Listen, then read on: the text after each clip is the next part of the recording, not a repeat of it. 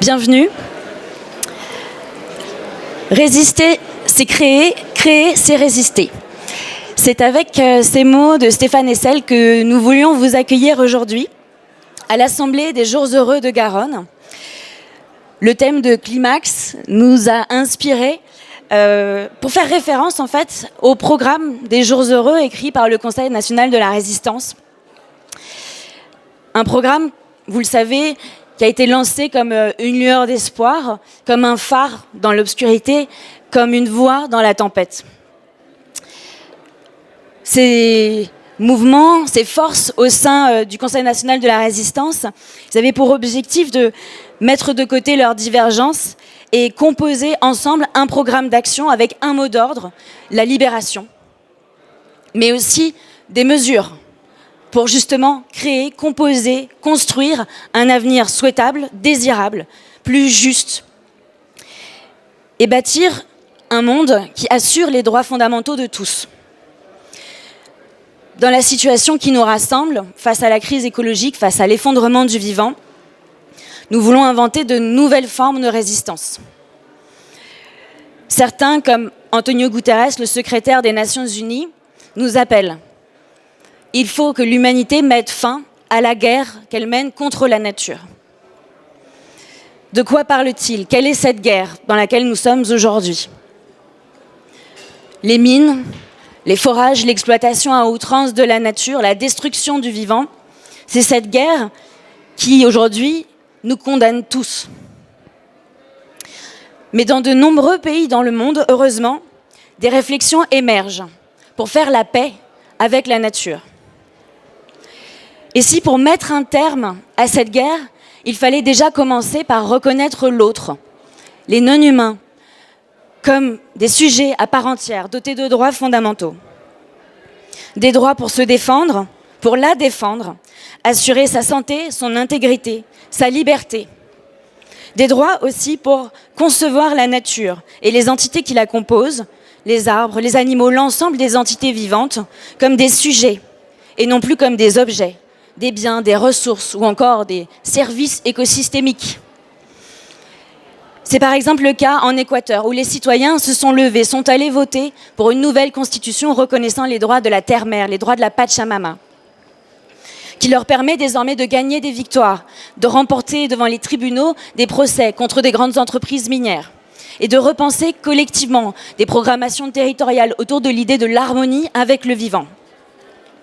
C'est le cas en Nouvelle-Zélande, où par un bras de fer, dizaines d'années, les peuples maoris ont réussi à faire plier le gouvernement, à faire reconnaître par la loi les droits de leurs fleuves, de leurs forêts, de leurs montagnes, et de voir reconnaître leur statut de kaitiaki, de gardien, de visage humain de ces entités naturelles.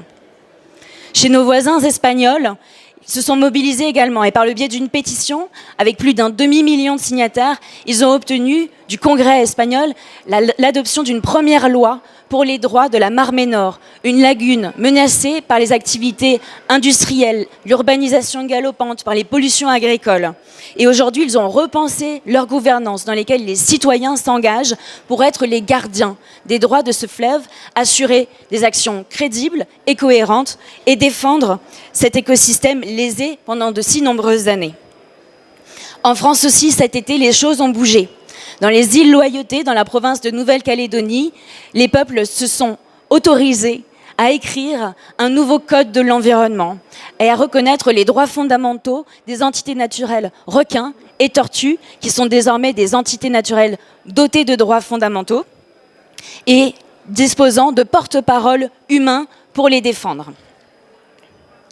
Dans chacun de ces territoires, de nouvelles formes de démocratie sont apparues.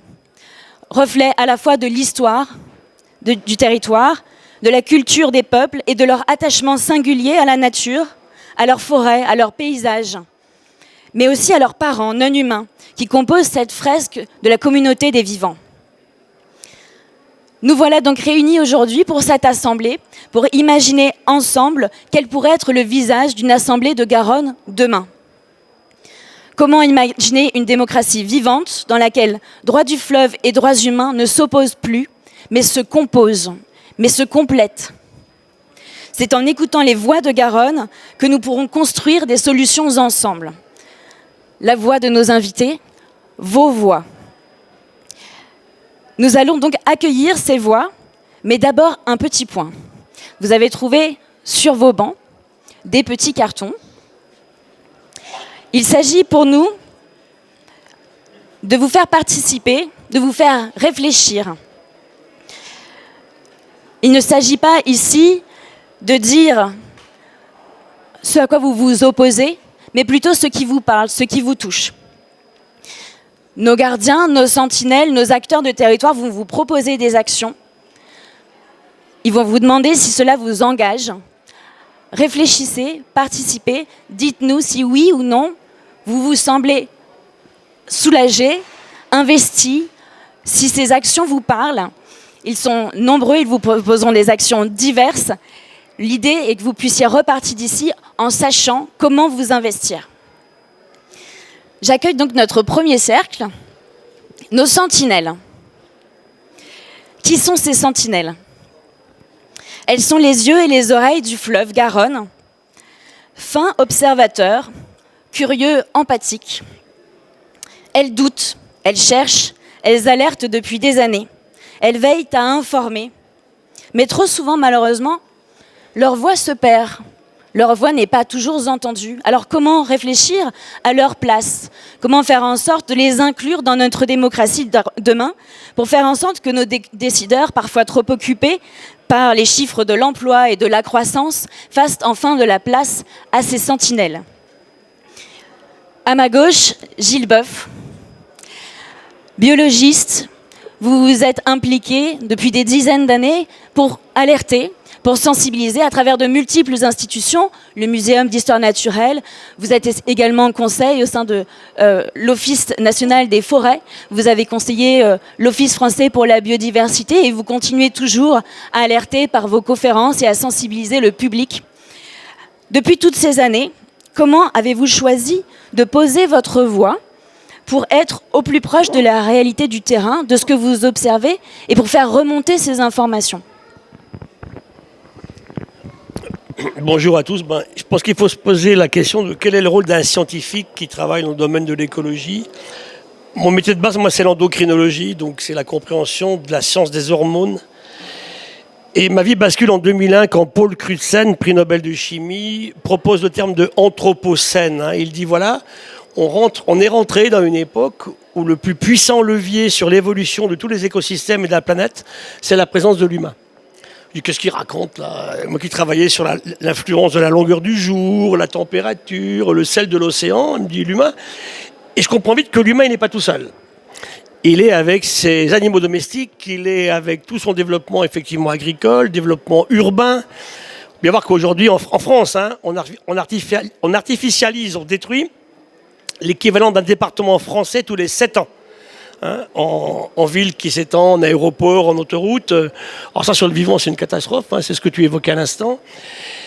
Et puis, bien sûr, quand on regarde l'état, on parle beaucoup climat parce qu'on est très touché par cela, on le sent très bien. Je vous rappelle, le 26 juillet 2022, 42 degrés à Bordeaux, 39 degrés à Brest, c'est encore plus rare. Et puis, on va arriver à la Garonne. La Garonne, le 1er septembre 2022, un tiers de son débit, 29 degrés. Donc on commence à se dire finalement, on a une influence quand même qui est plus que questionnable sur nos environnements. Donc ma mission, moi je suis un scientifique, je ne sors pas de là. Mon rôle, nous travaillons en équipe de recherche. Le Muséum d'histoire naturelle, c'est quand même 2500 personnes. Et avec aussi 20 000 participatifs. Je suis très attaché aux sciences participatives. Tous les citoyens comme toi, vous participez sur un protocole scientifique, on parle de sciences participatives, on se met d'accord sur des échantillonnages, des observations très aiguës, les oiseaux, les poissons, les grenouilles, les plantes, les champignons, les bactéries, pourquoi pas. On regarde l'évolution de ce milieu qui nous entoure pour fournir de la base scientifique. Et là, le climat, on le lit fabuleusement. Mais mes collègues vignerons, ils ont bien vu quand même que les vendanges vont avancer d'1 mois sur 20 ans. Donc il se passe quelque chose autour de nous quand même. C'est pas une élucubration d'écolo farfelu. Il se passe des choses. Je m'intéresse beaucoup maintenant au programme One Health, une seule santé. Comment la santé publique ici en Nouvelle-Aquitaine est affectée par la santé des écosystèmes, des plantes, des animaux. Alors, ça va du mildiou de la vigne en passant par la tuberculose bovine, les grippes de canard en ce moment, très préoccupantes dans la région. Et puis les pathologies bien sûr humaines. Là on voit la dengue, la dengue jamais vue. C'est un virus qui était très connu dans les zones tropicales. Depuis 2 ans, il y en a partout. On est contaminé en France par des moustiques qui nous transmettent la dengue à Bordeaux, à Bergerac. On a des virus quand même assez inquiétants qui passent la barrière pyrénéenne en ce moment, le virus de Crimée-Congo, les leishmanias qui s'installent. Donc effectivement, tu vois, on est dans quelque chose où... Alors, moi, j'aime pas parler de collapsologie ou de catastrophisme. Ces termes-là ne me vont pas parce qu'on va dégoûter un peu nos partenaires et nos jeunes. Je vais parler d'intranquillité. On sent qu'au terme de tout ça, nous sommes intranquilles. Intranquille, ça veut dire vigilant. Pourquoi on en est là aujourd'hui? Qu'est-ce qui se passe? Et où je te suis entièrement, c'est qu'il nous faut des bases scientifiques. Et je vais le hurler une seule fois, la science n'est pas une opinion. Alors, écoutez les mondes politiques autour de nous, ils sont bourrés d'opinions. Moi, j'avoue que la controverse scientifique, c'est pas mal, mais pas la polémique. Or, il y a des types, leur boulot politique, ils sont polémistes. Alors, j'avoue que là, effectivement, je ne comprends pas comment on peut faire avancer les choses avec des discours comme ça. Je vais aussi rebondir sur Einstein qui disait, ça va rebondir sur ce que tu dis. Il disait, en fait, vous savez, le monde ne va pas mal des stupides, des méchants ou des fous. Il va mal des gens normaux comme nous qui les laissons faire. On aborde ta résistance que tu évoquais tout à l'heure. Et il disait une très belle chose. Il disait, mais comment voulez-vous vous adapter avec les principes mêmes qui ont créé les situations dans lesquelles vous vous trouvez? Voilà. Donc on revient à la même chose de base. We have to change. On doit changer. Et sur le vivant, et le vivant a 4000 millions d'années, s'il est toujours là, c'est parce qu'il s'est adapté à tout dans les pires conditions, parce qu'il a toujours changé. Donc pour te répondre, eh bien, il faut que nous, on change. Alors le fait d'aller mettre effectivement une personnalité juridique à un fleuve comme la Garonne, bon, au départ, moi je dis pourquoi la Garonne, la Charente le mérite autant, et puis le Gave d'Oloron aussi. Bon, la Garonne elle est emblématique, il y a ce long estuaire, ce grand estuaire qui a profondément marqué la géographie de la région. Elle a une histoire évolutive, elle naît effectivement dans les Pyrénées et puis elle arrive du côté atlantique parce que elle est de l'autre côté, elle n'est pas dans la Méditerranée, la Garonne, parce qu'il y a des petites histoires géographiques entre les deux, et on suit sa dégradation. Qualité de l'eau, débit, effectivement, usages divers et variés que tu as évoqués tout à l'heure. Comment aujourd'hui, d'abord on admet cela, il nous faut une base. Moi j'en ai ras-le-bol d'entendre toujours remettre en question les mêmes choses. Oui, le climat, oui, il change, mais est-ce que vous êtes sûr qu'on en est pour quelque chose? Évidemment, la vélocité du changement est incompatible avec des phénomènes dans lesquels l'humain ne serait pas impliqué. Le climat a toujours changé, mais il change trop vite aujourd'hui. Et là où tu as raison aussi, c'est qu'il n'y a pas que le climat, il y a aussi le vivant. Cette Garonne, elle abrite du vivant. Alors on a des espèces emblématiques, on en parlait tout à l'heure. Moi j'adore les poissons. J'ai passé ma vie, j'ai fait mes 2 thèses sur les migrations des saumons. Et puis ici on a les aloses, on a les sturgeons. On a une espèce ici, il faut le hurler, en train de disparaître. L'esturgeon européen Acipincère sturio ne vit plus au monde que dans l'estuaire de la Garonne, la Gironde, la Dordogne et la Vézère. Il n'y en a plus de tout ailleurs. Moi, quand j'étais en pays catalan, j'ai des cahiers de pêche de Collioure avec des esturgeons pêchés dans les années 60. Il y en avait en Méditerranée, entièrement disparus de Scandinavie. Donc là, tu vois, dans une grosse responsabilité, ils n'ont plus capacité à s'installer. Mes amis de l'IRSTEA, de l'INRAE, me disaient aujourd'hui, si on met des bébés à l'ose en stabulation à Toulouse, dans l'eau de la Garonne normale, ils meurent tous, parce que c'est infesté de produits dangereux. Donc voilà, admettre un état des lieux, et là on a besoin de tous pour qu'on se dise, voilà, on se met d'accord sur une base scientifique, tu as raison, sur laquelle on est. Alors maintenant, on résiste, on réagit, on ne se laisse pas faire. Un poisson, mais incroyable en ce moment de chez nous, en train de disparaître, c'est l'anguille. Vous vous rendez compte, l'anguille?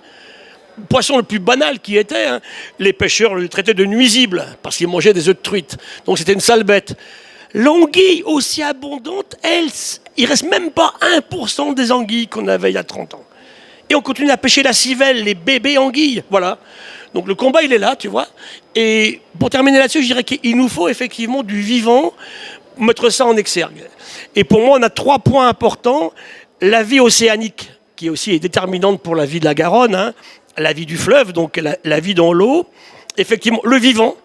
Parce que franchement, s'il n'y a pas le vivant, on s'en fout que le climat change sur la Terre, finalement. Ce n'est pas notre problème. Et je veux appuyer sur le rôle des femmes aussi. Je voudrais qu'on en parle plus, en fait. Aujourd'hui, les femmes ont pris un rôle... Moi, j'ai vu ça à la COP 21 à Paris. j'ai vu des Ougandaises, des Tchadiennes qui se battaient, ces Africaines, mais infiniment plus intelligemment que beaucoup de garçons.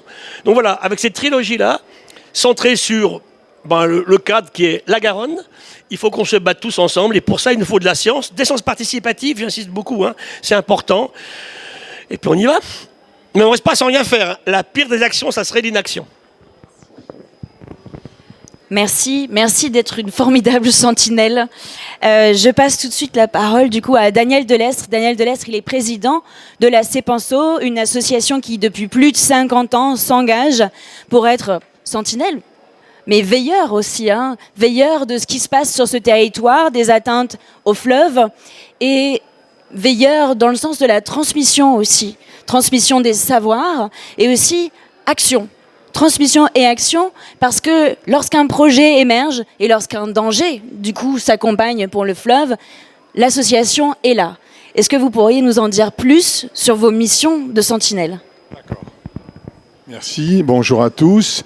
J'aperçois des collègues donc, de la CEPANSO. Donc je me rends compte que parmi nous, parmi vous, il y a des gens qui sont déjà très sensibilisés par ce qui se passe. Alors, Gilles a parlé indirectement de l'angoisse qu'entraîne ce qu'on observe, la fameuse éco-anxiété. Et une des meilleures façons de lutter contre l'éco-anxiété, c'est d'agir, c'est de résister. Ça aussi, c'est un élément psychologique à prendre en compte. C'est ce que la CEPANSO fait depuis 50 ans, la CEPANSO créée par Pierre Davant. Ça, c'est un premier point, agir, et c'est pour ça que ce qu'a proposé Marine aujourd'hui et dans le contexte de Wild Eagle me semble très intéressant.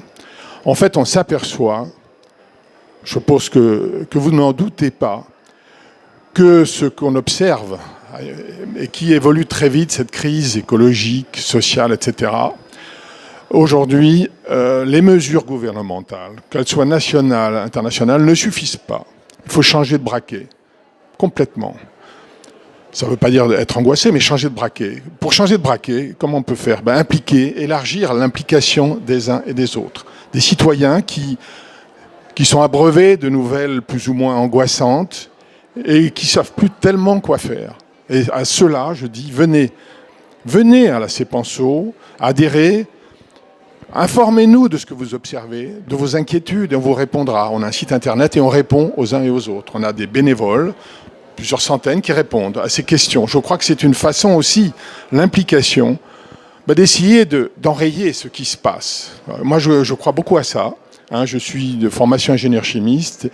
Je me suis impliqué dans la CEPANSO depuis plus de 20 ans et j'ai appris beaucoup de choses. Et je vous invite à le faire parce que c'est important. Un autre élément de l'implication, alors je vais vous dire un mot, comme m'a demandé Marine, sur ce que fait la CEPANSO.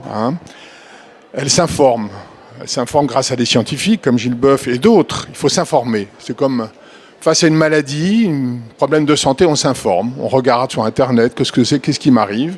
Et puis après, déjà, l'angoisse baisse un peu parce qu'on est informé. Et puis après, qu'est-ce que je peux faire ? De la rééducation. Je peux poser des questions sur mon comportement individuel. Je peux solliciter les élus pour dire, attendez, où est-ce qu'on va là ? Vous croyez que le développement économique actuel, la croissance infinie, ça ne nous emmène pas dans le mur ? Ça aussi, c'est un élément de réflexion. Donc ça aussi, c'est important.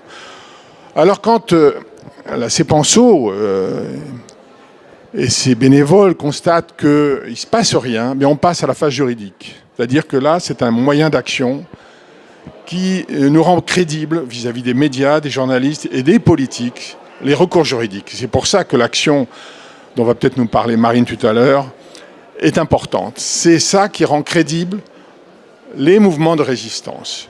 Sinon, c'est du bavardage. Et un bruit médiatique efface l'autre, et ça va comme ça. Avec le développement infini des médias, des supports, des réseaux sociaux, une information chasse l'autre, et c'est pas crédible. Le recours juridique, on met un pied dans la porte. Et là, les politiques commencent à dire « Ah non, mais là, ils sont sérieux. Il s'agit de vraiment réagir. » Je pense notamment à cette action des associations qui ont attaqué l'État pour insuffisance d'action face au climat. Je crois que ça aussi, ça fait réfléchir les politiques. Il faut pousser les politiques dans le retranchement. Politiques, je vous rappelle, c'est pas une vacherie de dire ça, mais ils sont focalisés sur le court terme, la réélection. en moyenne.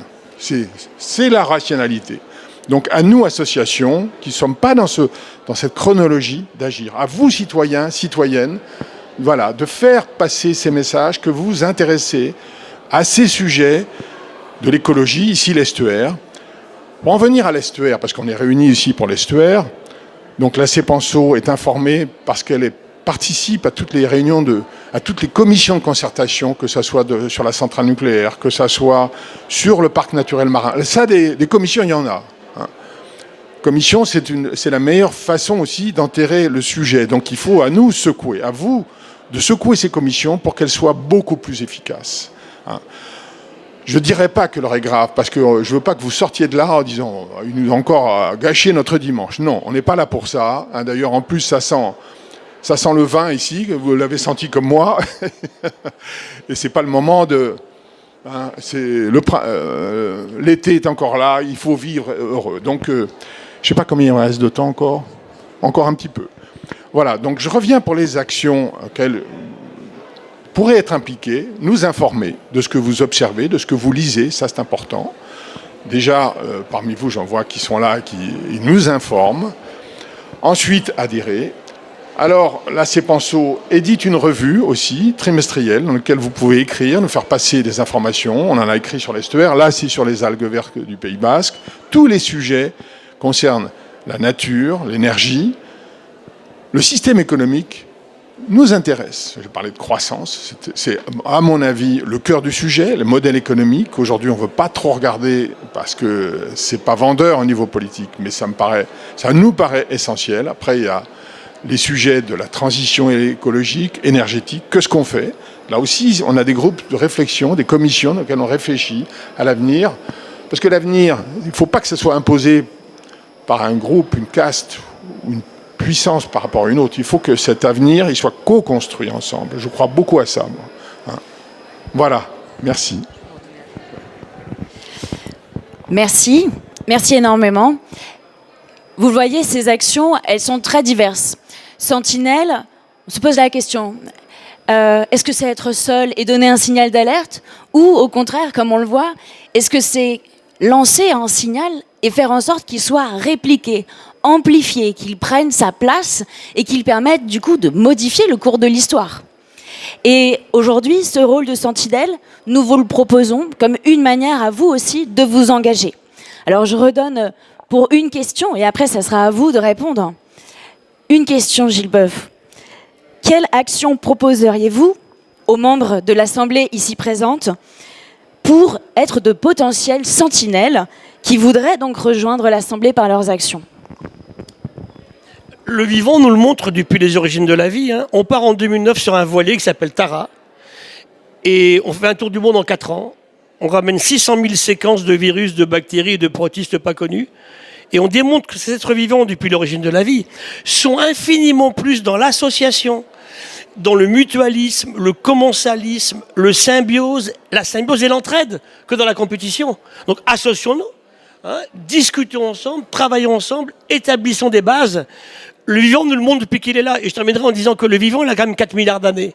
Alors qu'on arrête, aujourd'hui, j'aime bien les libellules, tu sais, la libellule, elle vole à 100 km/h avec 2 watts, 9 techniques de vol, elle vaut à 360 degrés, 300 images à la seconde, et elle encaisse en accélération 30 G. Un pilote de Rafale à 9 G, il est out. Alors voilà, allons voir comment ils font, émerveillons-nous, il faut qu'on les aime profondément, et la Garonne est un merveilleux hébergement de ces êtres vivants.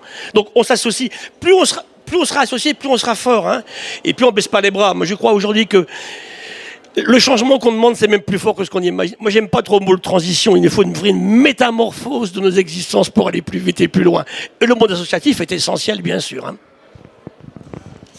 Pour essayer de résumer un petit peu ce que vous venez de dire, est-ce que parmi les membres de l'Assemblée, vous sentez justement ce cœur à sortir de votre chrysalide et à rejoindre les sentinelles? Combien on compte de sentinelles alors? 7, c'est pas mal. 8, 9, 10, bravo. Merci. Je pose la même question à Daniel. Une action de sentinelle que vous pourriez proposer à ces membres de l'Assemblée? Oui, alors quand je vois tous ces cœurs bleus tournés vers nous, je suis réjoui, je deviens optimiste. Alors parmi ces cœurs bleus, je leur propose, ceux qui connaissent effectivement l'estuaire et la Garonne, qui nous informent, qui se saisissent, regardent, qui vivent rive gauche ou rive droite, et fassent remonter les informations, des observations, c'est essentiel. Voilà ce que je peux proposer. Qui nous appellent, hein. Jour et nuit, ils peuvent nous appeler. Est-ce que les yeux et les oreilles de la Garonne peuvent se signaler, s'il vous plaît? Ah, très bien. Merci beaucoup.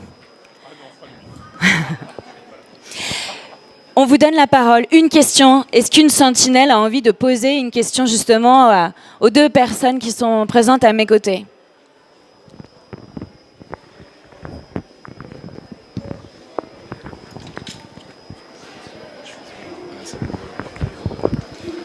Merci.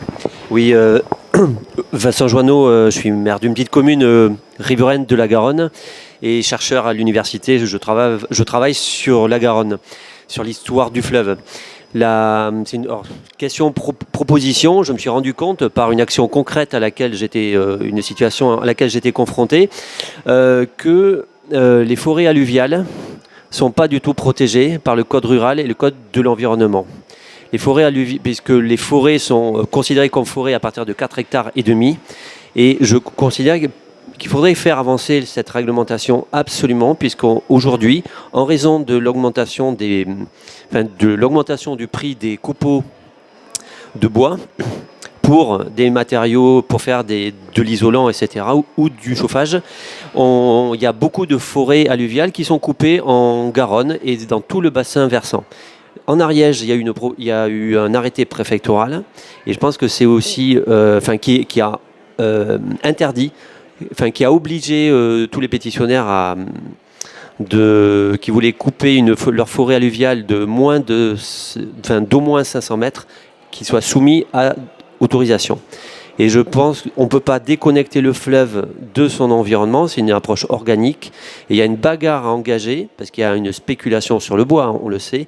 Il faudrait qu'on arrive à obtenir une évolution de la réglementation, ne serait-ce qu'à l'échelle de chaque département, pour protéger les forêts alluviales. Et ça, voilà. Alors, ça, c'est un engagement que j'aimerais prendre, que je peux prendre, mais il faut qu'on soit nombreux. C'est une question que je veux porter au niveau des maires ruraux et maires en Gironde, mais je pense qu'il y a moyen de mobiliser aussi les forces associatives. De Rions. Merci beaucoup. Est-ce que ça amène une réaction de vos parts?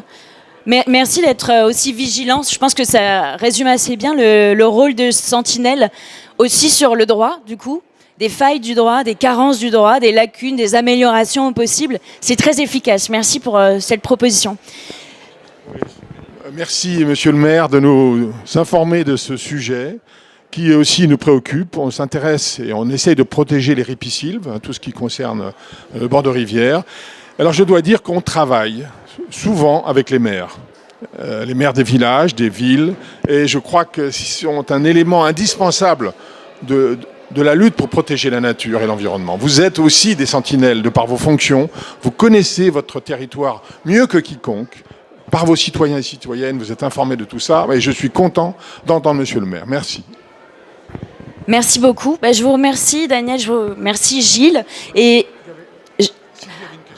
je dois avancer, mais je laisse Nathalie, Marc et Jacqueline, intégrer le cercle de nos prochains intervenants, les gardiennes et les gardiens de Garonne.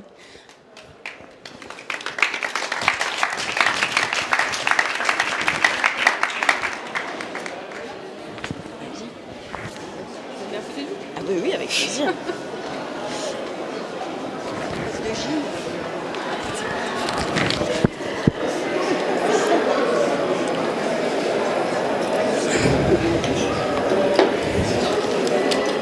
Installez-vous.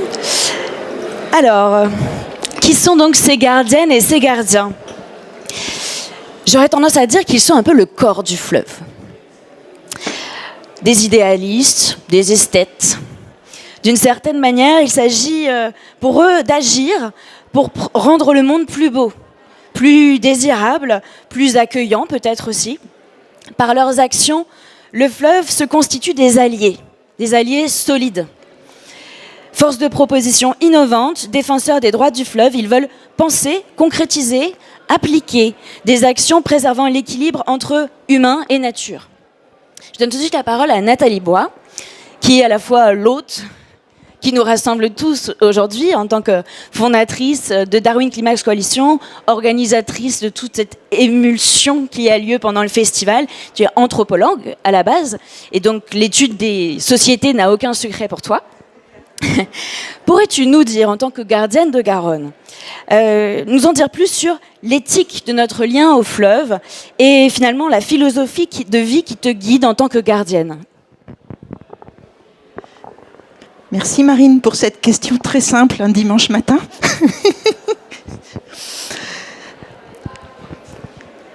Déjà, oui, très, très heureuse de prendre part à ce temps de rencontre qui a été initié déjà l'année dernière à travers Climax et au-delà bien sûr mais à travers le plaidoyer qu'on avait initié l'année dernière à Climax qui était sur le thème de l'eau. Et aujourd'hui, je me réjouis de voir que ce mouvement prend forme, se prolonge, se structure et va prendre aussi, va continuer d'évoluer. Donc ça donne du sens aussi à la raison pour laquelle on imagine et construit Climax. Moi, je vais m'exprimer, même si je suis dans la chaise de Gilles. Je me sens là, une responsabilité, mais je vais m'exprimer d'une façon très simple en tant que femme. Femme, certes, éclairée et lucide des enjeux, mais femme aussi sensible avec un rapport, tu parlais d'esthétique, une forme de rapport poétique au fleuve, à l'eau. Je vis, je travaille au bord du fleuve, j'en ressens les marées, je m'émerveille devant les levées de soleil chaque jour quand j'arrive ou le soir quand je rentre. Donc j'ai une relation très intime en fait et très sensible avec le fleuve. Et je constate que pour être aussi engagée dans l'éducation avec le lycée Edgar Morin, que cette forme de lien, de relation sensible, poétique, esthétique avec le fleuve auprès de nouvelles générations, c'est un peu perdu et qu'il y a une urgence aussi à reconnecter cette forme de relation au vivant à ce fleuve.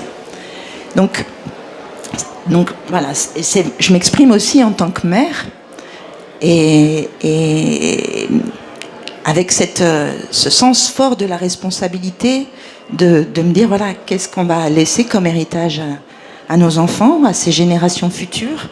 On est conscient que là, les conditions d'habitabilité de la Terre sont extrêmement menacées pour ces générations, et je sens une responsabilité que je qualifierais même d'un devoir d'accompagner ces générations maintenant à construire les ressources, les compétences pour faire face à l'intranquillité dont parlait Gilles tout à l'heure, par faire face à l'incertitude dont parlait Edgar Morin aussi, parce que voilà, ils vont forcément devoir se confronter à une situation qui est en train d'évoluer, on le sait, pas forcément dans le bon sens pour eux, mais pour autant, il faut garder l'optimisme et la force d'action pour pouvoir les accompagner dans cette capacité à faire face et à réinventer aussi cette forme de relation. Et cette réinvention de la relation, moi, en termes d'action, je l'incarne en construisant aussi le festival comme un outil pour moi de sensibilisation, de réflexion, de remise en question de nos postures, de nos croyances, de nos représentations, parce qu'il est urgent aujourd'hui de réenvisager en fait, de réinventer notre mode relationnel au vivant et en l'occurrence au fleuve. Et ça, c'est ma posture d'anthropologue qui m'a permis de nourrir aussi ce regard-là. J'ai travaillé de longues années et c'est aussi pour cela que je fais venir chaque année des communautés autochtones à Climax, parce que cette question de la relation, de l'interdépendance, elle est pour eux évidente, alors que nous en sommes totalement coupés. Nous avons construit, tu le disais Marine, une relation très utilitariste et matérielle. On considère le fleuve comme une ressource, comme quelque chose dont on peut extraire les ressources, et on voit la limite. La prédation absolument délétère et comment cette représentation civilisationnelle dans laquelle nous sommes aujourd'hui arrive à un point de rupture, et donc l'obligation à nous de nous réinventer. Et les peuples autochtones sont là aussi, sans idéalisme, mais pour nous réapprendre à nous reconnecter à cette interdépendance, à nous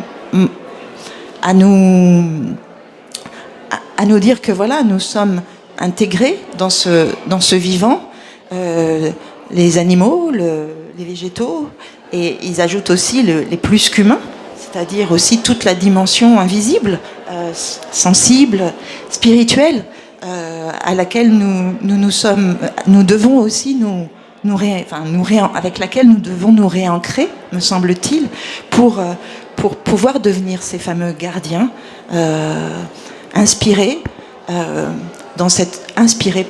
par ces communautés qui finalement depuis des temps immémoriaux sont déjà eux les gardiens, et à nous de réapprendre, de nous reconnecter et de réapprendre à leur côté comment ici dans nos sociétés, avec des réalités qui sont certes différentes, nous devons nous réinventer une manière d'être en relation. Merci beaucoup. Je donne la parole tout de suite à Jacqueline Madrel, parce que vous aussi, vous avez, grâce à la Fondation Danielle Mitterrand, eu un peu des yeux et des oreilles partout dans le monde pour observer le lien intrinsèque entre droits fondamentaux humains, et notamment l'accès à l'eau, et les scandales provoqués du coup par les industries extractives. Et donc la Fondation mène depuis de nombreuses années un plaidoyer à ce sujet et rend visible le lien profond entre droits humains et droits de la nature. Donc je voulais vous poser la question finalement, droit de la nature, droit humain, même combat. Et quelles sont les actions de la Fondation pour mettre en lumière ces défenseurs de tous ces droits qui s'unissent, et comment vous les soutenez ?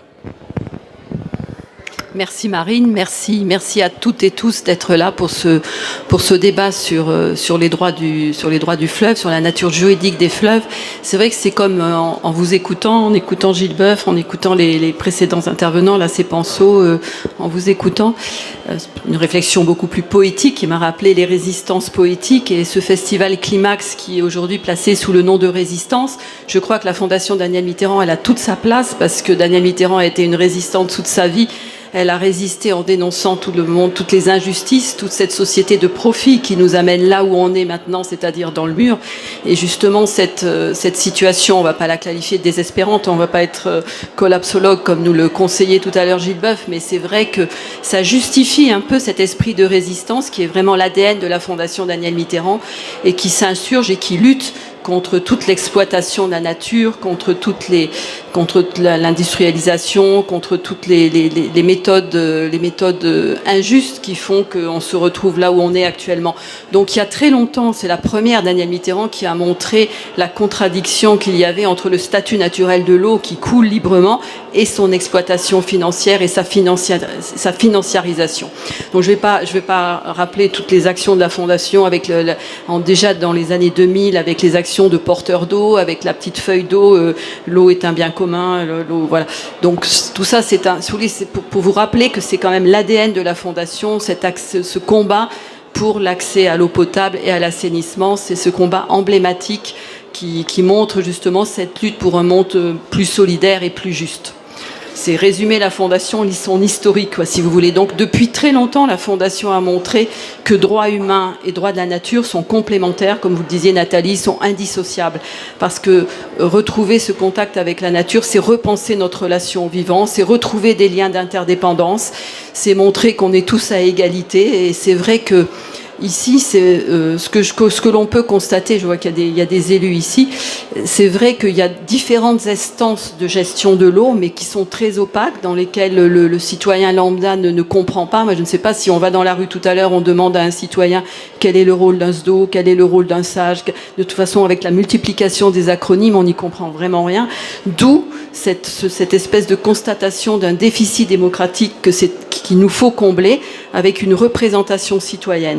Donc je pense que cette rupture avec nos représentations, ça nous engage à devenir gardien du fleuve, à devenir un garde-fou citoyen pour essayer de protéger le fleuve. Comme vous le disiez Nathalie tout à l'heure, nous n'avons pas ces peuples autochtones qui ont cette relation, cet attachement ombilical au fleuve, qui protègent le fleuve et la nature comme ils protégeraient leurs ancêtres, avec beaucoup de respect. C'est vrai que les différents débats qui ont été à Climax et tous, notamment sur l'eau et tout, à chaque fois on est très sensible à cette espèce de spiritualité.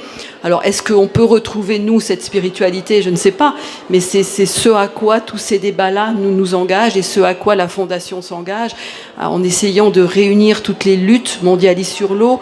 Le 22 mars dernier, vous savez, c'est une journée internationale de l'eau et nous sommes non pas la nature qui se défend, mais nous sommes l'eau qui se défend.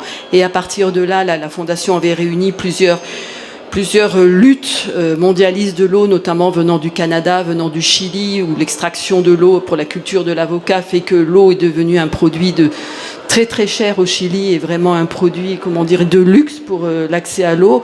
Le Kurdistan, où malheureusement les guerres de l'eau ne font que commencer. Donc toutes ces luttes, le rôle de la Fondation, c'est de mettre en lumière ces luttes, de les réunir, de les relier. Et il y a eu au mois d'août dernier, sur le plateau du Larzac, un espace qui s'appelait aussi Résistance. Et il y a eu donc tout ce commencement, cette première assemblée de l'eau, avec une volonté, un premier objectif, c'est créer une mémoire collective de l'eau pour essayer de nourrir toute la réflexion et justement essayer de parler d'attribuer donc des personnalités juridiques aux différents fleuves, comme c'était je me rappelle en 2020 peut-être, ou 2020, on avait fait venir Valérie Cabanès dans l'amphithéâtre de la région pour qu'elle nous parle justement de ce concept d'écocide, de ce concept de droit de la nature. Et il y avait eu une exposition, alors c'était tombé en plein Covid, à Grenoble, Nature en soi, Nature en droit, où elle avait fait une espèce une cartographie des différents endroits du monde, avec le fleuve Latrato en Colombie, Wangani en Nouvelle-Zélande, qui déjà bénéficiaient de la personnalité juridique du fleuve.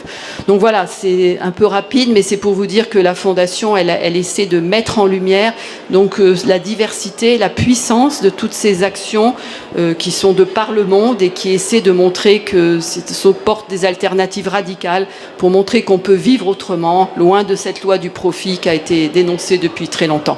Voilà, merci Marine d'avoir initié et de continuer cette révolution à bas bruit, mais qui, je le souhaite de tout cœur, va prendre forme grâce à l'alliance de tous les scientifiques, les juristes et des festivals comme Climax. Merci.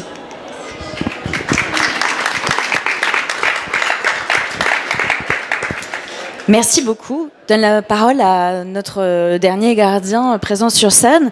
Marc Lafosse, vous êtes PDG de l'entreprise Énergie de la Lune. C'est un cabinet d'ingénierie spécialisé dans les énergies marines renouvelables et, j'adore, le génie océanique. Est-ce que vous pourriez nous préciser comment l'énergie du fleuve vous donne de l'énergie en tant que gardien et comment vous garantissez, vous, que vos actions n'épuisent pas justement l'énergie de la nature ? Merci beaucoup. Merci de me donner la parole. Je suis très heureux de m'associer à ce combat et de m'associer à ton énergie parce que depuis tout à l'heure, tu en fais part et on la partage. Et donc voilà, je voulais aussi être dans la même continuité que les mots de madame. Je suis Marc Lafosse, en effet, je suis océanographe. J'ai créé un bureau d'études en océanographie il y a une quinzaine d'années parce que je contemplais la Garonne tous les jours. Et que ce que j'avais appris à la faculté de l'université de Bordeaux me donnait envie d'être un acteur, et le fleuve m'a beaucoup inspiré. je regarde Nathalie aussi dans le sens... elle est la gardienne de la Dordogne et je suis le gardien de la Garonne. Je crois qu'on habite exactement au même endroit, symétriquement. Quand on fait la pénétration de l'onde de marée dans l'estuaire, elle va se séparer au bec d'Ambès, elle va rentrer sur la Garonne et sur la Dordogne, elle va retourner le sens d'écoulement de l'eau, je pense au même moment, devant chez Nathalie et devant chez moi. Donc on contemple, et ça c'est l'élément le plus important, parce que ça fait corps dans un choix de vie. On vit au bord du fleuve, on se protège du fleuve quand il déborde, et on travaille sur le fleuve, et on vient travailler ici à Darwin au bord du fleuve. Donc qu'est-ce que ça a apporté? J'ai eu l'envie de créer un bureau d'études en océanographie, mais surtout d'être acteur des énergies marines renouvelables en étant militant. Gilles l'a rappelé tout à l'heure, l'ancien monde, celui du nucléaire, parfois il est mis à mal. Un tiers du débit de la Garonne l'été dernier faisait 29 degrés. Je vous laisse imaginer au droit de la centrale nucléaire du Blayais. En général, on considère que c'est 2-3 degrés de plus de réchauffement du fait qu'on puise de l'eau dans le milieu, que ça refroidit les réacteurs et ça les rejette. C'est à peu près ça. Donc je vous laisse faire l'addition à cet endroit-là. Donc on est quand même dans un ancien monde avec ce nucléaire qui va dans le mur et qui est déjà dans le mur. Donc j'ai voulu être acteur au travers ce bureau d'études qui est évidemment lié capitalistiquement avec personne, être un constructeur, un acteur des nouvelles énergies marines, comment produire l'énergie électrique à partir des ressources de l'océan et évidemment des fleuves et des marées. C'est pour ça qu'on a appelé ce bureau d'études énergie de la Lune et qu'on a proposé notre premier projet dans le port de la Lune avec un site d'essai d'hydrolienne qui est installé au pied du pont de Pierre depuis 2018, où on étudie cette nouvelle filière, produire de l'électricité à partir de l'énergie cinétique des courants. On installe des grosses turbines sous l'eau qui vont s'appuyer sur cette énergie qui passe dans un sens et dans l'autre, sans créer d'ouvrage de génie civil. C'est pas un barrage, c'est pas de l'énergie potentielle qu'on vient capter, mais c'est bien de l'énergie cinétique. Donc on trouve l'endroit où il y a déjà du courant et on vient s'y installer, évidemment, sans puiser cette ressource et de pouvoir étudier, évidemment, l'impact environnemental de ces turbines sur le milieu. Donc depuis 2018, on a testé 4 technologies différentes. Elles progressent. La plus significative est celle qu'on a testée en 2018. Elle faisait 80 kW. 2 ans après, elle est allée s'installer au large de l'île de Bréa en Bretagne Nord. Elle faisait 1000 kW. Et on attend son installation l'année prochaine dans un courant fabuleux qui est au large de la péninsule du Cotentin en Normandie, qu'on appelle le Raz Blanchard, qui est certainement la plus grosse ressource d'Europe en courant. Elle fera 2500 kW. Et on espère qu'en 2030, si le gouvernement français inscrit l'hydrolien dans sa feuille de route, ce qu'on appelle la programmation pluriannuelle de l'énergie, elle fera 5000 kW. Donc on a été un peu le laboratoire, là où cette machine a progressé. Alors là, je vous parle un peu de techno, mais évidemment, mon rôle là-dedans, c'est d'accompagner le suivi environnemental de cette turbine. Donc on a fait beaucoup de choses, et on continue à le faire. On écoute beaucoup le son sous l'eau. C'est une de nos spécialités, l'acoustique subaquatique. Et on se rend compte, évidemment, quand on met des capteurs dans l'eau à cet endroit-là, quand le pont de Pierre est occupé par des voitures, c'est plus son cas, mais ça faisait du bruit un petit peu quand même. Mais il y a toujours le tramway. Quand le tramway accélère, quand le tramway ralentit, je peux vous dire que dans l'eau, faudrait mettre des casques sur les poissons. Ça fait beaucoup de bruit. Pareil pour les bateaux qui passent par là, on a les signatures acoustiques du bas de cube, de tout ça. Donc on étudie cela, évidemment, pour éviter que cette technologie, ces nouvelles technologies, fassent du bruit dans l'eau, ou si elles font du bruit, qu'on puisse préconiser des façons de designer les pales, de designer la rotation des pales, la vitesse de rotation des pales, pour qu'il n'y ait pas d'impact environnemental sur le milieu. On fait ça, on fait des comptages de poissons, on fait de la vitesse de courant, qui était votre question, pour voir si on ralentit pas la ressource énergétique. Et évidemment, c'est comme ça qu'on espère construire un avenir avec cette filière qui, on l'espère, remplacera le nucléaire rapidement en France. Merci beaucoup. Merci. Je vais, pour faire participer notre assemblée, vous demander à chacun, chacune, de nous proposer une action. Qu'est-ce que les membres de l'assemblée ici présentes pourraient faire en tant que gardienne de la nature? Nathalie, je te donne la parole en premier. Une action.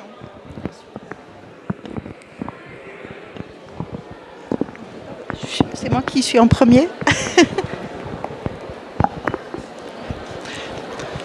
À mon niveau, moi,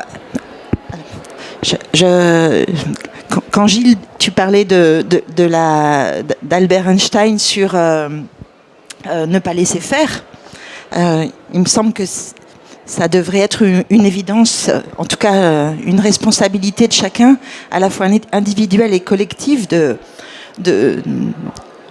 d'ancrer ça en soi.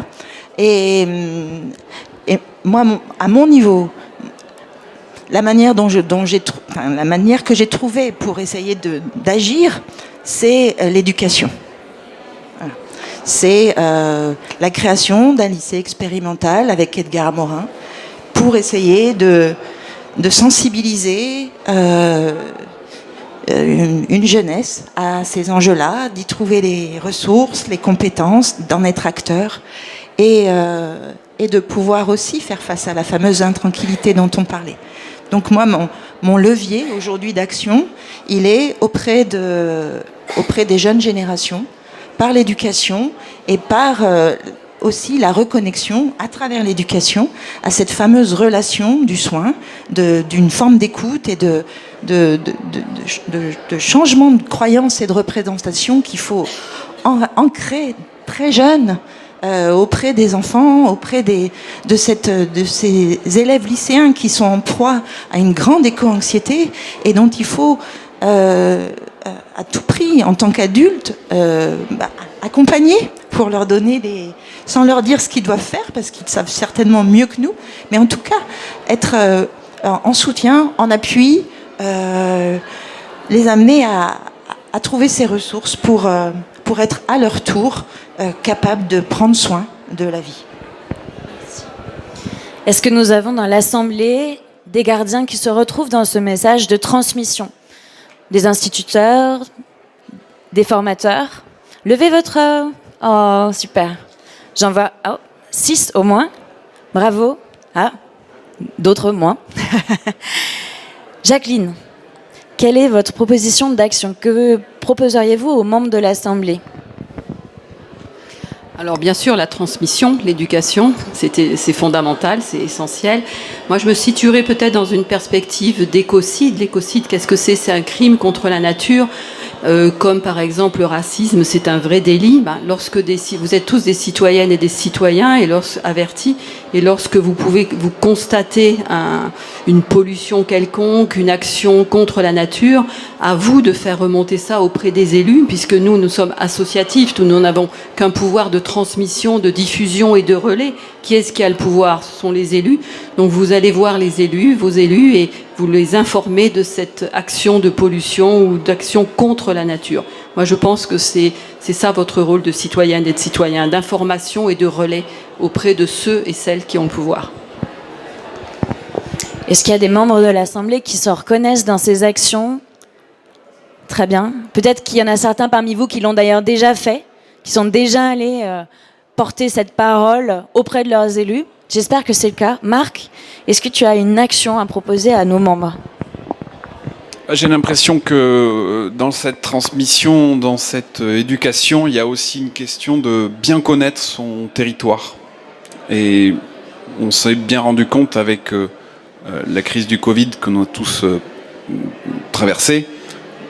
Et c'est bien, on est allé en vacances un peu moins loin que d'habitude. Et j'ai envie de dire, prenez plus de temps pour découvrir ce territoire, aller sur les berges de Rions, où la Garonne ressemble plus à la Guyane qu'à autre chose, aller à l'embouchure autour de Cordouan, aller à Mortagne-sur-Gironde au pied des falaises. C'est un environnement incroyable, magnifique, que peu de monde ne connaissent réellement. Prenez une semaine de vacances pour aller là, parce qu'en connaissant encore mieux ce territoire, vous serez des gardiens de ce territoire ou des sentinelles, voire les deux. Et voilà, mon action, c'est partez pas en Corse l'année prochaine, partez à Mortagne-sur-Gironde. Merci. Alors ça doit faire réagir beaucoup d'entre vous, j'espère. Qui va découvrir ce magnifique territoire? À qui ça parle justement de découvrir mieux, de s'enraciner localement? Voilà, c'est bien. Merci à tous. Merci à nos gardiennes, à nos gardiens. Et on passe au dernier cercle. Je vous demande de vous installer.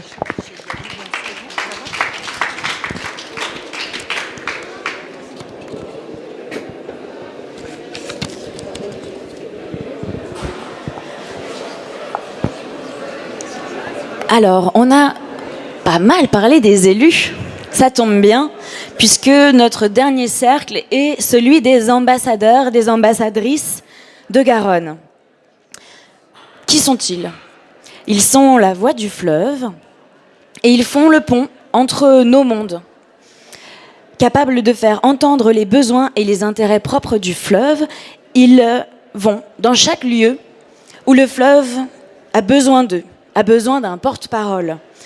Dans l'Assemblée, ils rapportent les échanges en prenant en compte les avertissements des sentinelles, en écoutant les actions des gardiens pour repartir dans cet autre monde, apprendre aux autres ce qui se dit dans l'Assemblée de Garonne. Maxime Guéquière, tu n'es pas seulement un très bon, comment on dit, rameur.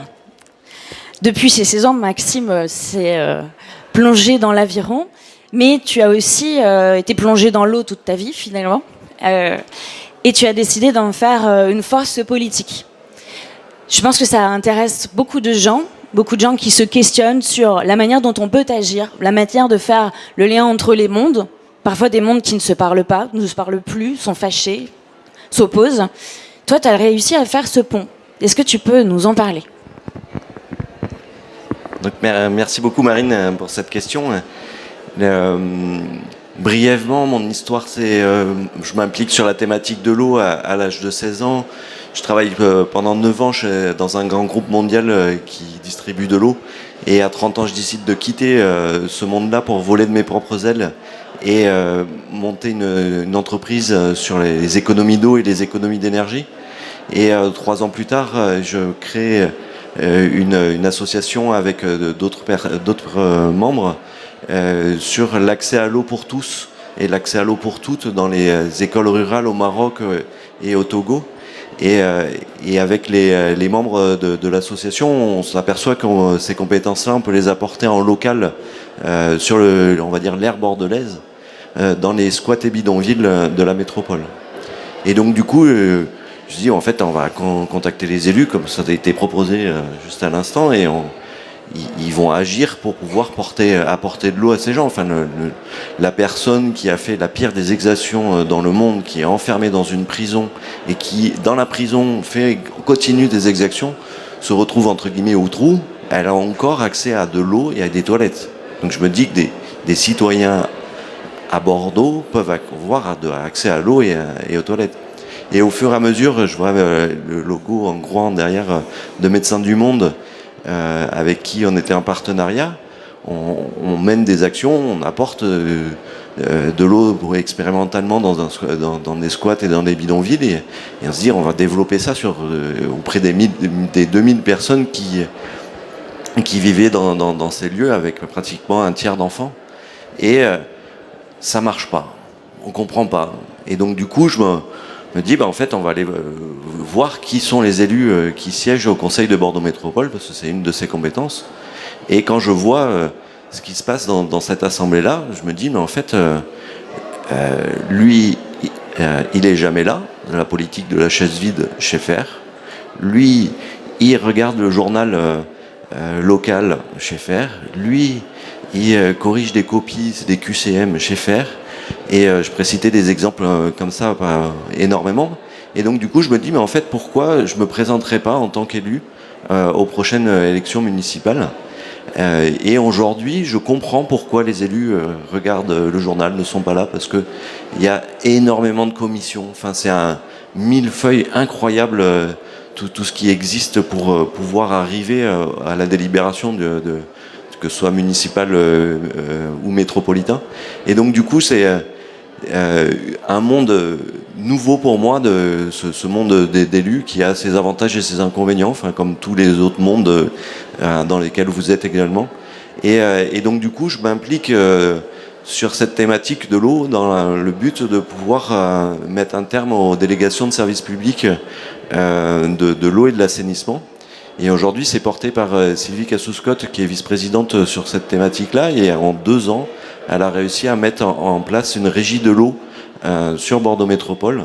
Alors bien sûr, on est nombreux, tous les membres du conseil d'administration que je suis, on l'a aidé dans cette démarche-là. Mais c'est quand même assez incroyable de pouvoir avoir une première victoire politique, alors 6 mois après le début de l'élection. Et à ce moment-là, je me dis, en fait, il faut que je trouve un nouveau totem, parce que celui-là, il est déjà atteint.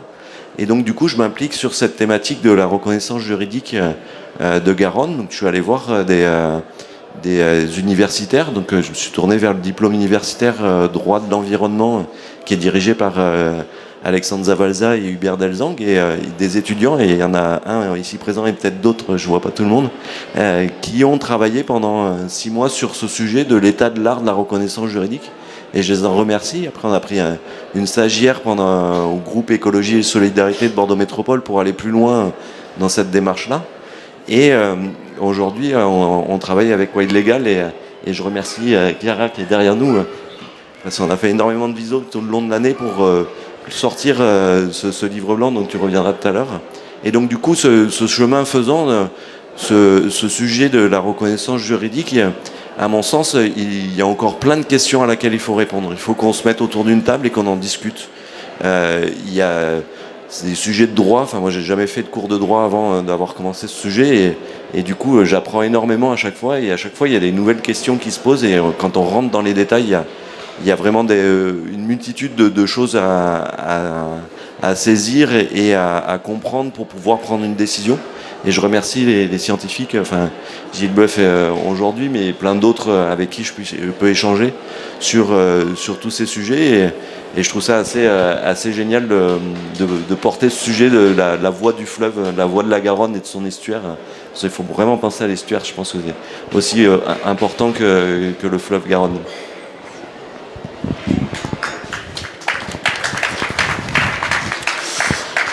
Pas facile ce rôle quand on a été élu par des humains et qu'on doit être en même temps ambassadeur de non-humains, d'écosystèmes. Je trouve que c'est très inspirant et on est très heureux de t'avoir avec nous. Sabine Ménaud, je me tourne vers vous. Vous êtes donc membre de l'association C'est Penseau, et c'est notamment vous qui portez la voix du fleuve et de tous ses habitants au sein des commissions locales de l'eau, au sein des institutions, pour justement alerter, sensibiliser. Et beaucoup de gens ici, j'en suis sûre, malheureusement, ne savent pas forcément de quoi il s'agit, quel est votre rôle en fait. Et j'aimerais vous poser la question à la fois comment vous le faites aujourd'hui et comment vous espériez pouvoir le faire demain pour que ce soit encore plus efficace. Merci beaucoup et bonjour à toutes et à toutes. Effectivement, je représente la C'est Penseau et je remercie vraiment la C'est Penseau de m'avoir permis d'être dans ces organismes qui s'occupent de l'eau et de la protection contre les inondations. J'ai commencé par les inondations parce qu'effectivement j'habite près de la Garonne, comme 2 de nos intervenants, mais j'habite plus près dans l'estuaire. Et donc effectivement, le lien avec la Garonne est un lien très profond. Et donc ça m'a mené à travailler d'abord sur les préservations des inondations. Et la C'est Penseau m'a demandé d'aller dans ce qu'on appelle les commissions locales de l'eau.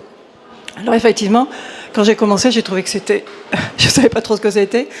Je rencontrais Maxime et on s'est souvent plaint de tous ces acronymes et de ce gâteau feuilleté de multiples associations qui s'occupent de l'eau.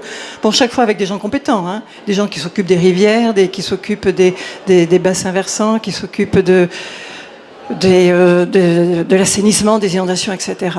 Mais effectivement, donc, dans cette clé, Commission locale de l'eau, qui s'appuie sur un document qui s'appelle le SAGE, donc le schéma d'adaptation et de gestion de l'eau, qui est soumis à enquête publique chaque fois qu'il est révisé tous les 6 ans. Et il y a finalement très peu de public, de citoyens qui se posent sur ce sujet-là. Je les comprends parce que c'est des documents de 300 à 400 pages et qu'il faut les lire. Qu'est-ce que nous faisons ? Eh bien, je dirais, dans cette commission, je porte la voix de la nature, la voix de l'eau, la voie de, je dirais, d'une certaine recherche que cette nature et cette biodiversité soient prises en compte et soient protégées dans les différents articles, dans les différentes études et les différentes enquêtes qui sont faites. Alors, c'est, comment dirais-je, difficile. C'est difficile parce qu'on n'est pas forcément très écouté. Parce que forcément, les élus qui y sont, comme le disait Maxime, sauf certaines exceptions, pas présents. Et donc, l'action directe, ça passe par eux, ça passe par leurs services techniques, ça passe par les syndicats de rivières, dont souvent ils font partie. Ça passe par, je dirais, le suivi des stations d'épuration. Ça passe par le suivi, alors bien que sur Bordeaux c'est avec la métropole, par le suivi du réseau d'eau. Ça passe par tout ça. Et quand ils ne sont pas là, comment peut-on faire pour porter l'action ?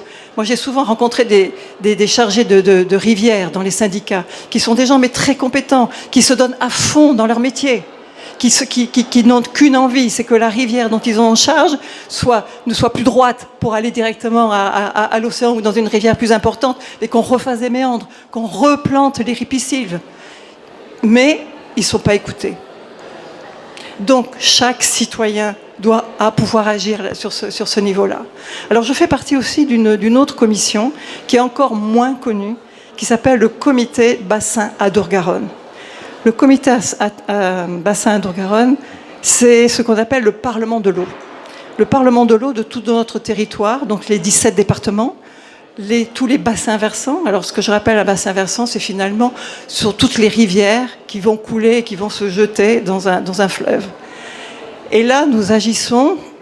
Donc, il y a plusieurs collèges. Donc, il y a l'État, il y a l'Agence de l'eau, qui est l'organisme qui gère tout ça, qui mène les études. Il y a les collectivités locales, il y a le collège des industriels avec les agriculteurs, et il y a le collège des associations. Donc là, au niveau du collège des associations, donc l'objectif, c'est la préservation de la ressource en eau, sachant qu'on est quand même dans une région où il y a des pénuries dans certains départements et des pénuries importantes depuis de longues années, où les nappes phréatiques sont quand même basses et les nappes superficielles aussi, que le débit de la Garonne et le débit de toutes les rivières est en profonde diminution. Et aussi de travailler sur la répartition de cette eau entre les usagers. Les usagers, quels sont-ils ? C'est vous et nous, c'est ce qu'on appelle l'eau potable, et ce sont les industriels et ce sont les agriculteurs. Et donc là, on essaie de faire entendre notre voix par chance. Nous sommes plusieurs associations, nous sommes une quinzaine. Associations de consommateurs, associations de familles rurales, associations de l'environnement, associations de pêche, de loisirs, de kayak, où nous sommes ensemble pour faire entendre notre voix. Et depuis que j'y suis, donc le renouvellement du comité de bassin, c'est la première fois que nous sommes aussi ensemble, et c'est la première fois que nous réussissons à faire que certaines délibérations ne soient pas prises en compte, et que des délibérations qui sont favorables à la défense de la nature, à la défense des rivières, à la défense de la biodiversité, soient votées. Je dois vous dire qu'à chaque fois qu'on a un vote favorable, c'est à 2 voix de différence, et qu'à chaque fois c'est remis en cause. Donc, c'est pas gagné. Je suis allée il n'y a pas longtemps, avec le comité Adour-Garonne, dans un voyage d'études en Espagne, à Valence, pour étudier comment les Espagnols faisaient face à la pénurie d'eau. En fait, ils ne font pas face à la pénurie d'eau. Tous les agriculteurs ont toute l'eau qu'ils veulent. Ils réutilisent les eaux conventionnelles, non conventionnelles, c'est-à-dire les eaux usées, et ils désalinisent. Bon, la protection de l'environnement, ce n'est pas un de leurs sujets. Mais ce que je voulais dire, c'est que dans la délégation, nous étions 2 pour l'environnement, 2 pour l'agence de l'eau, 2 pour les industriels et 2 pour les agriculteurs et 2 pour les collectivités. Les représentants des collectivités étaient des agriculteurs. Donc, comment voulez-vous que faire ? Alors, moi, je n'ai rien contre les agriculteurs. J'ai dans ma famille des agriculteurs. L'agriculture est essentielle. On en a besoin pour manger. Mais l'agriculture doit aussi, un des intervenants l'a rappelé tout à l'heure, changer un peu de paradigme, de schéma d'agriculture, etc. Certains scientifiques ont prouvé que c'était possible. Donc, notre rôle dans d'association est primordial dans toutes ces multiplications d'instances dans lesquelles, soi-disant, il y a de la concertation, mais effectivement, nous avons des points de vue très différents et faire la concertation avec certaines personnes qui en font partie, c'est très difficile. Merci. C'était passionnant. Merci beaucoup. C'est là qu'on se rend compte du rôle essentiel, vraiment, de ce rôle d'ambassadeur ou d'ambassadrice. Est-ce que, Maxime, tu aurais une action à proposer justement aux membres de l'Assemblée qui voudraient devenir ambassadeur ou ambassadrice de Garonne? Du coup, j'en aurais deux. Je vais exagérer un petit peu. Mais une petite et peut-être une un peu plus complexe. Du coup, la première, ça serait... est-ce que vous vous engageriez à contacter l'élu de votre territoire pour pouvoir faire en sorte qu'il porte une motion dans son conseil municipal pour reconnaître les droits du cours d'eau qui passe sur votre commune? Ça, c'est à mon sens la plus simple. Et la seconde, peut-être y répondre maintenant, enfin comme vous voulez. Et la seconde, ça serait, est-ce que vous souhaitez vous engager en politique pour porter les sujets de l'eau au plus haut niveau de l'État sur cette thématique de la préservation et de l'accès à l'eau pour toutes et pour tous? Merci. La politique.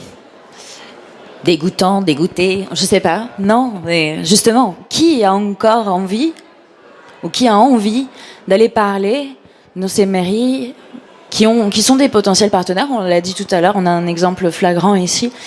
Qui a envie de s'engager en politique? Qui a envie de porter la voix de son écosystème? Et une super gardienne. Bravo. Bravo, merci beaucoup. Sabine, une proposition d'ambassadrice ou d'ambassadeur pour que nos membres sachent comment eux aussi peuvent vous rejoindre? Alors, puisque c'est la fin, je vais en avoir deux. Je ne peux pas être en deçà de ce que dit Maxime. Donc, la première, je vous l'ai dit, c'est chaque fois qu'il y a une enquête publique, je dirais, allez-y, consultez. Et si vous avez des questions, si vous avez des interrogations, appelez, communiquez avec une association, avec la CEPANSO, et on vous répondra pour vous dire si on suit cette enquête publique, qu'est-ce qu'on peut vous conseiller. C'est primordial d'avoir un rôle de citoyen dans la vie publique. Et il ne faut pas passer à côté. Alors je sais que ça prend du temps, je sais qu'on n'est pas forcément écouté, mais plus on sera nombreux, plus on ira voir le commissaire enquêteur, plus ça aura de sa portée, et auprès de votre municipalité aussi. Deuxièmement, sur la Garonne, je dirais sentinelle de la nature, l'application dont Daniel a parlé sur le site de la CEPANSO, où que vous soyez, pas forcément sur la Garonne, mais aussi près des rivières, puisque sachant que tous les déchets qui sont proches d'une rivière, d'un mince cours d'eau, d'une Jalle dans le Médoc, etc., arrivent dans la Garonne et arrivent dans la mer. Donc tout, en sentinelle de la nature, ça doit concerner tout ce que vous voyez, où que vous soyez. Alors c'est une sentinelle de la nature, c'est une application qui est sur le site de la CEPANSO, qui est faite avec la Fédération Nature Environnement, qui est, je dirais, qui récolte, qui recueille tous les messages et donc il y a une sorte de procédure à suivre, mais il faut mettre une photo, il faut mettre le lieu où c'est, etc. Et à ce moment-là, c'est traité d'une partie par les bénévoles de la CEPANSO et en même temps avec des juristes au niveau de la Fédération Nature Environnement pour essayer d'informer, je dirais, la mairie, l'industriel, etc., de ce qui se passe et de ce qu'il faut, je dirais, y remédier. Merci beaucoup. Bravo. Qui pour participer dans les assemblées? Qui pour lire ces dossiers de 300 pages? Et qui pour porter la voix du fleuve alors? C'est bien, on a de bons élèves. Je vous laisse le micro. 2 questions? Très bien. Merci. J'étais à l'Assemblée des luttes sur l'eau qui a eu lieu sur le Larzac, qu'a évoqué tout à l'heure Jacqueline Madrel. Et une de nos pistes, ça a été de s'attaquer aux baronnies de l'eau, celle qu'évoque Sabine là, dans son intervention, parce que effectivement, on a une législation sur l'eau qui, sur le papier, est intéressante et adaptée aux bassins versants, avec des commissions locales, avec tripartite, etc., etc. Mais dans la réalité, il y a effectivement une puissance sournoise en France qui est omnireprésentée. Ce sont les agriculteurs, par exemple, qui le sont à travers les représentants d'agriculteurs, mais aussi souvent à travers les représentations des maires, à travers les représentants des habitants, à travers les représentants des syndicats. Donc il y a une surreprésentation, et donc un de nos projets, c'est de nous attaquer à ces baronnies pour essayer de contrecarrer, puisque le président Macron parle de Parlement de l'eau, bien allons-y et mettons en place une vraie démocratie. Mais justement, par rapport à cette démocratie, moi j'en ai un peu assez, moi, que de cette démocratie descendante. Je vais demander gentiment à mon élu, est-ce que tu peux pas faire ça? Il le fait pas. Et la prochaine fois, je vais retourner pour lui demander autre chose. Je vais remplir telle commission d'enquête, on n'en tient pas compte. C'est vrai que c'est un peu fastidieux, usant.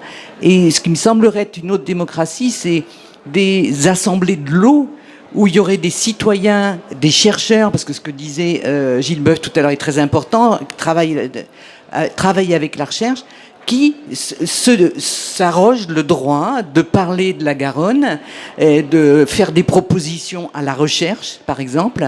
C'est ce que font maintenant des instituts citoyens de recherche. Hier, on était à La Rochelle, Laurence Luc, qui parlait des pesticides, a monté à Sainte-Pazanne, face à l'inaction des pouvoirs publics sur les bébés sans bras.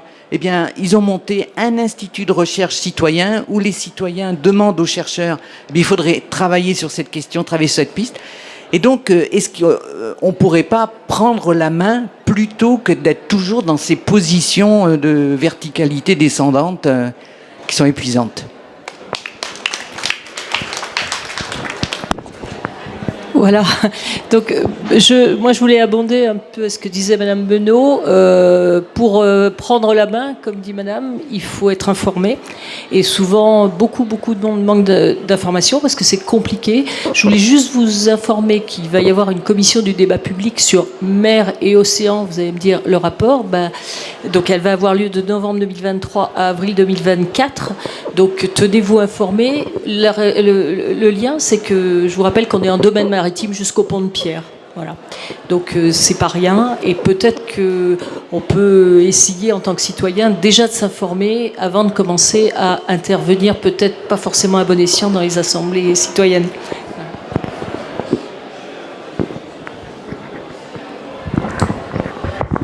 Merci beaucoup. C'est formidable parce qu'en fait, vous tendez un peu la perche aussi. Hein. Le but de cette assemblée, c'était justement de rompre un petit peu avec cet horizon morose qui malheureusement nous frappe chaque jour avec de nouvelles d'effondrements climatiques, de catastrophes, et donc justement de sortir de cette descendance des informations pour faire en sorte qu'un mouvement émerge.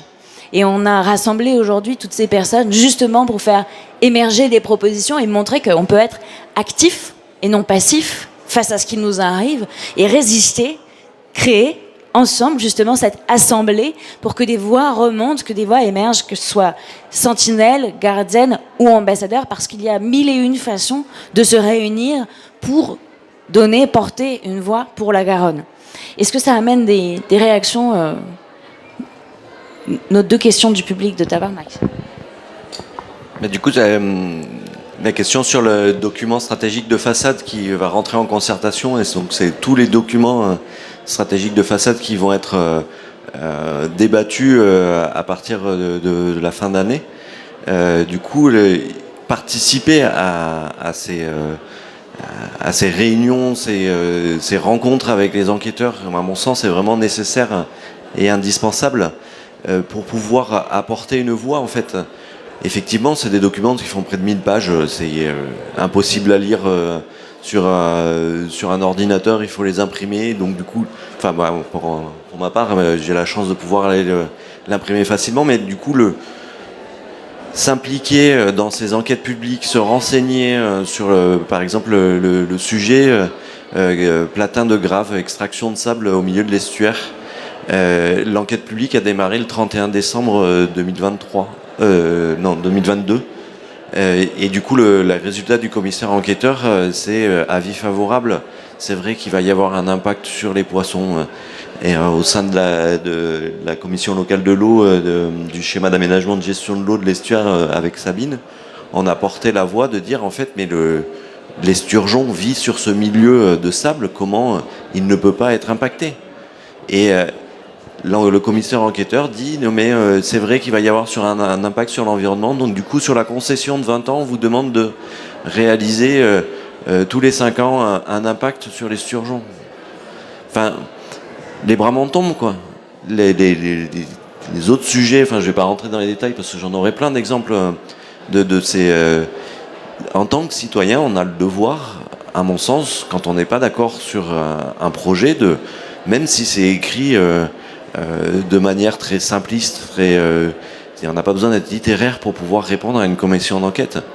Et donc du coup, participer à ces enquêtes, enfin, tout le mouvement, les Gilets jaunes, voulait à tout prix un RIC pour pouvoir lancer des pétitions. Aujourd'hui, ça existe, c'est les commissions d'enquête, quoi. Enfin, c'est les participations, débat public. Enfin, donc du coup, aujourd'hui, ces instances existent et à mon sens, il faut vraiment y participer pour pouvoir porter la voix du citoyen que vous êtes, pour pouvoir l'amener plus haut et partir sur une préservation de l'environnement.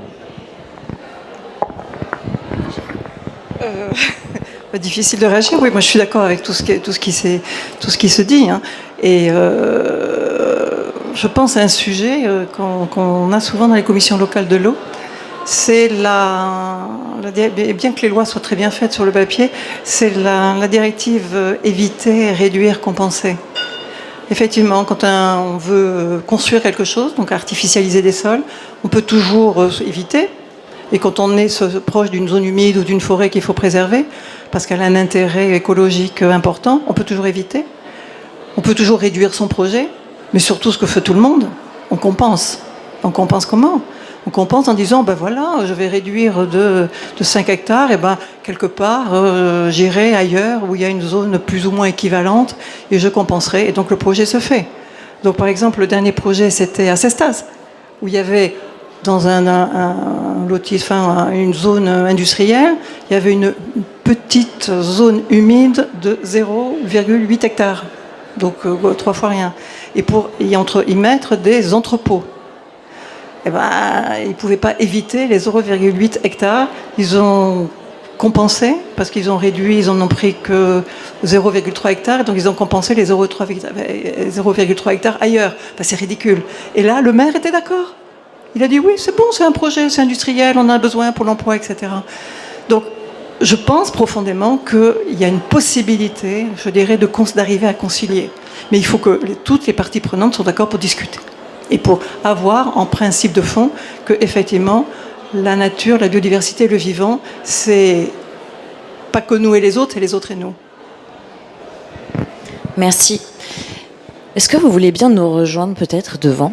On va un peu clôturer cette assemblée parce qu'on avait prévu de finir à 12h30. Daniel, est-ce que vous voulez nous rejoindre? Oui. Donc dans ce programme des Jours heureux de Garonne dont je vous parlais au départ, l'idée était de vous proposer des mesures, comme des mesures d'action qui avaient été proposées par le CNR pour reconstruire la France après la libération. Nous on s'est dit, tous ces échanges qu'on a eus aujourd'hui, c'est aussi pour libérer nos territoires. Libérer nos territoires d'un modèle qui nous ont emprisonnés, qui nous ont empêchés à l'action, et nous dire, voilà, il y a plusieurs actions, il y a plein d'actions qui ont été évoquées grâce à nos gardiens, nos sentinelles, nos ambassadeurs aujourd'hui. J'espère que ça vous aura donné envie de les rejoindre. Et surtout, reconstruire un modèle sur un fondement, celui des droits de Garonne, et de comment protéger ces droits qui est un peu l'axiome autour duquel s'organise notre pensée. On a écrit pour ça, avec Chiara, ici présente, un livre blanc pour les droits de Garonne, qui se veut être un état des lieux, tu en as parlé Maxime, un état des lieux de qu'est-ce qui est aujourd'hui, qu'est-ce qui fait partie de notre droit, comprendre aussi peut-être un petit peu mieux ce qui coince, pourquoi ça marche pas aussi bien que ça, et se reposer la question de quels sont les droits qui devraient être reconnus à Garonne, pour que celle-ci puisse librement s'épanouir, pour qu'elle retrouve sa liberté de mouvement, que nous soyons protégés de ces crues, de ces déversements, parce que nous aurons garanti la bonne santé de cet écosystème. Et de cette manière-là, peut-être écrire un texte commun qui serait porté par cette assemblée, par nous, mais par vous. Parce que l'idée aujourd'hui, c'est de créer cette assemblée et de la faire vivre demain. Donc c'est vraiment à nous tous de recevoir cette idée, de la concevoir comme un projet d'avenir pour libérer le territoire, pour faire résistance et proposer un autre modèle. Parce qu'il ne s'agit pas uniquement de contester, on le sait.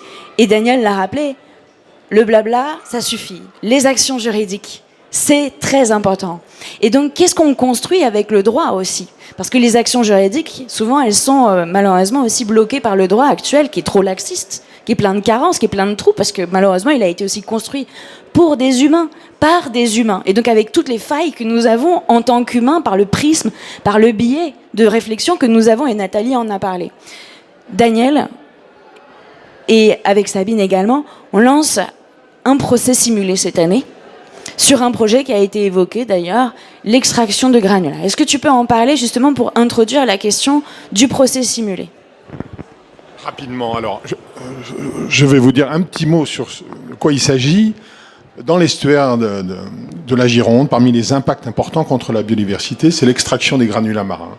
C'est une pratique assez ancienne, mais aujourd'hui, compte tenu des besoins du BTP, on accélère l'extraction.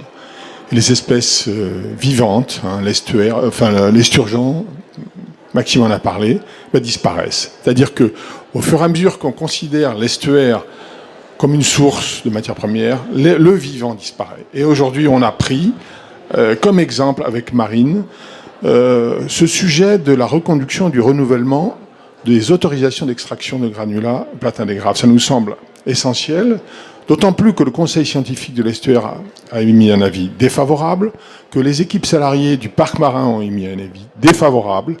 Donc aujourd'hui, on s'est dit que c'était un bon cas d'école pour les étudiants de marine de faire un procès fictif sur ce sujet. Ça me paraît très intéressant. J'en ai parlé à des amis juristes qui me disent c'est ça qu'il faut faire, parce que le droit, c'est un pied dans la porte et empêcher qu'on reproduise à chaque fois les mêmes choses. Donc à fond, 150% d'accord. Merci beaucoup. Pour vous expliquer un petit peu le contexte, chaque année, Wild Legal fait un procès simulé pour à la fois illustrer les carences du droit actuel et montrer comment le droit de la nature pourrait être une réponse, un levier juridique. Donc on demande à nos étudiants de prendre un cas, pas un cas fictif, un cas d'actualité criante, puisque l'autorisation va être délivrée sous peu. On leur donne le dossier qui est monté grâce aux forces vives des associations, grâce à leur vigilance. Et donc, chaque année, on forme entre 20 et 25 étudiants qui travaillent sur ce cas comme s'ils étaient les avocats de la CEPANSO, mais qui travaillent aussi sur les arguments de la partie adverse. Parce que ça, c'est important. Connaître son ennemi est encore la meilleure façon de gagner. Et donc, ce travail, qui va durer plus de 6 mois, aboutira donc en juin 2024 à un procès simulé qui sera public. Vous pouvez d'ailleurs trouver sur YouTube tous nos procès simulés précédents et qui nous permet de montrer ce qui devrait être le visage du droit de l'environnement demain, pour réinventer justement ce droit de l'environnement sur d'autres bases, sur les bases justement du droit de l'estuaire, à vivre, à exister, à prospérer, à assurer ses fonctions vitales, et donc du coup à assurer aussi les besoins humains, à protéger les populations qui y vivent. Parce que le littoral aujourd'hui, le littoral de ce territoire, il est aussi menacé. Pas uniquement les animaux et les plantes qui y vivent, mais aussi directement les humains qui sont en première ligne du dérèglement climatique, de l'érosion des côtes, du bouleversement des écosystèmes du littoral. Et donc vraiment, on est ravis de commencer tout ce travail-là avec vous. Vous pourrez trouver toutes les informations sur notre site internet, revoir les procès simulés des années précédentes. Sabine, tu en as parlé, l'année dernière, on avait travaillé sur la région Bretagne, la séquence éviter, réduire, compenser, et la question de l'éolienne offshore. Alors c'est intéressant parce que l'impact de l'éolien est très peu connu, l'éolien en mer, et nous on a voulu se poser la question, qu'est-ce qu'on peut éviter, qu'est-ce qu'on peut réduire, qu'est-ce qu'on peut compenser? Comment les droits de la nature viendraient nous apporter de nouvelles clés? Si la nature a le droit d'être compensée dans les impacts humains, n'est-ce pas qu'elle a des droits? Ce serait pourtant la suite logique. L'équivalent intellectuel de notre obligation vis-à-vis du vivant, c'est bien les devoirs qui nous engagent vis-à-vis de ses droits à elle, ses droits à exister donc. Et là, vous pouvez faire quelque chose.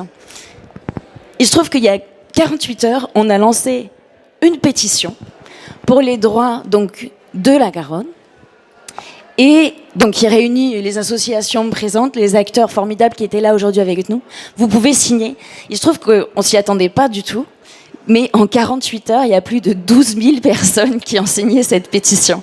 Donc, on n'est pas seuls. On a tous envie de changer, on a tous envie de sortir de ce paradigme. Et on n'était que quelques-uns aujourd'hui sur scène, mais l'idée de cette assemblée, c'est que vous aussi, demain, vous puissiez avoir votre place en tant que gardien, gardienne, en tant que sentinelle, en tant qu'ambassadrice ou ambassadeur, et que vous rejoigniez ce mouvement. Maxime l'a dit, que vous portiez cet appel auprès de vos élus locaux, qu'on fasse remonter justement dans les différentes instances, dans les commissions locales de l'eau, dans les agences, qu'on fasse ressortir justement ces questions. On aura forcément besoin des acteurs économiques comme Marc, justement pour s'engager, faire en sorte que les industries fassent ce pas, de se poser la question, mes activités sont-elles compatibles avec le droit du vivant? Sont-elles donc pérennes? Puis-je, moi aussi, participer à la reconnaissance des droits du vivant? Et cette question aujourd'hui se pose dans les entreprises. Comment je représente la nature dans mon conseil d'administration? Comment je fais en sorte de donner une voix à ces écosystèmes dont je suis entièrement dépendant? Tout mon business model repose sur le vivant. Et c'est le cas de la plupart des entreprises en France. Et donc, du coup, cette question, elle nous amène tous à nous questionner. La gouvernance dans les entreprises, la démocratie participative, notre action en tant que citoyens et citoyennes. Donc il y a vraiment aujourd'hui ce lien à faire entre vous et nous. Rejoignez ce mouvement, faites en sorte que cette assemblée, elle vive. C'est une première assemblée qui doit grandir, qui doit s'épanouir. Et j'avais envie de finir sur un mot pour vous donner un petit peu d'espoir, parce que je trouve qu'aujourd'hui, on a eu des intervenants magnifiques, on a eu des participations vraiment enthousiasmantes. Moi, je crois qu'il se passe quelque chose au creux des reins de Garonne, dans son bassin, là où toute vie s'anime. Des petites cellules s'organisent, elles commencent à vibrer, un petit corps se distingue déjà. L'Assemblée de Garonne est là, pleine d'espoir. Vive l'Assemblée de Garonne!